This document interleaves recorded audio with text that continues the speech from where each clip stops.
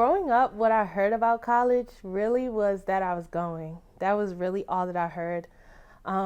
It was always a expectation that I was gonna go to college, and I'm very grateful for that because I know everybody doesn't have that. But other than that, I didn't know how it went. I just thought I was supposed to just grow up and go to Morgan because that's what people around me, that's what everyone else did. That kind of changed a little bit, but I made my way back here anyway. So I started off going to a public school up in Baltimore County until fourth grade. Then that's when I transferred to a private school here in Baltimore City. I went to Friends School in Baltimore. Predominantly white, private, independent institution.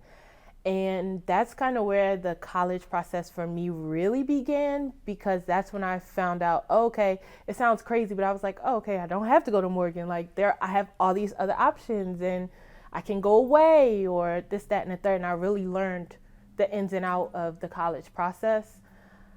At first I went to Towson for my freshman year, and it wasn't the school for me. I'm gonna just leave it at that. It wasn't for me. So I ended up coming here. When I came here to visit for the open house, I just fell in love with the school. So that's why I transferred back here. And my family even says like they saw, I guess, kind of a change in me when I got here. When I was at Towson, my grades weren't bad, but they were average. But when I got here, my grades went up, and I was a lot happier. There was a lot more. I felt like Morgan had a lot more to offer me for my journey and the path that I was on. So when I got here, the students are very driven. I had never experienced more students who, this is my goal, I know what I want to do, and I'm going to do it. Like, I got here, and for the first time, they was like, what's the homework? Like, really involved in their academics and really motivated to really, it made me feel like I got to step up my game. And I think that's another reason why, I was successful or am successful here, because I had people around me who were also encouraged, and they helped to encourage me as well. So, seeing students that know what they want and they're really motivated. And I think it's because, people here come from all different, everywhere, but we come from all different type of backgrounds. And by being Black in America, we know what, we have to do, and we're going to do it. That's how we are. And I sing at church. I am part of the Urban Choral Arts Society, which is pretty much a nonprofit organization that helps connect students, specifically inner city Baltimore City students, but all students are welcome. And kind of pairs them, puts them in a choir with them, and then professional singers / mentors. I'm a mentor, I'm not a professional, you know what I'm saying? But it gives them people to look up to, people to help them through their journey. If they want to pursue singing, then it helps them, we help them with their career. And if they graduate through the program, they get a scholarship. So we really help and encourage them through the arts. Theater, I did a lot of musical theater growing up. That was my thing. Even I've done different roles. I don't know. I've played Glinda in The Wiz. I was Miss Hannigan in Annie. I've been in Seussical, Bye Bye Birdie, Once on This Island. So that was really my main thing growing up. I've been in Lion King. But then kind of later on in my life transformed to kind of just singing.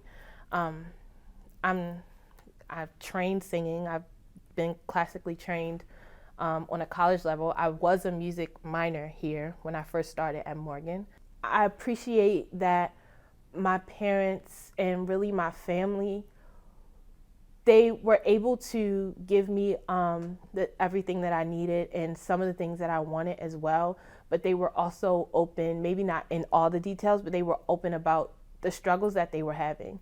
So that kind of motivated me to be really focused in whatever it was that I was doing, because I knew that I didn't want my parents to have to struggle anymore. I didn't want my family to have to be, penny pinching for certain things. And, like I said, I'm grateful that I was able to get a lot of opportunities that I did, but I think that made me a lot more focused on my journey.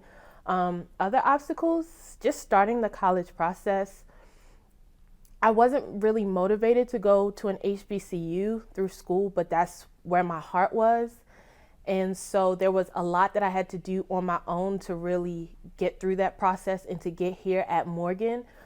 But there's only so much my parents could help me with because they weren't familiar with the process. My mom had gone through it, but so many things had changed since then. So, you know, my FAFSA, like that, I pretty much did on my own. I just was like, I need these papers, got those papers, and was figuring it out, you know. So I did it kind of wrong the first time, but, you know, going through the process a few times, you know, I learned it. Right now, I'm a first year master's student. I'm a TA for Dr. Howe for the Introduction to Anthropology class, along with Zaina, the other TA. But that's pretty much it. Trying to stay focused, trying to reach my end goal, get this done, and just trying to figure out, still learning me as a person, still learning what I like, what I don't like, still wanting to, you know, try to touch on all of the things that I'm passionate about. So music, I still love music, I still love to sing.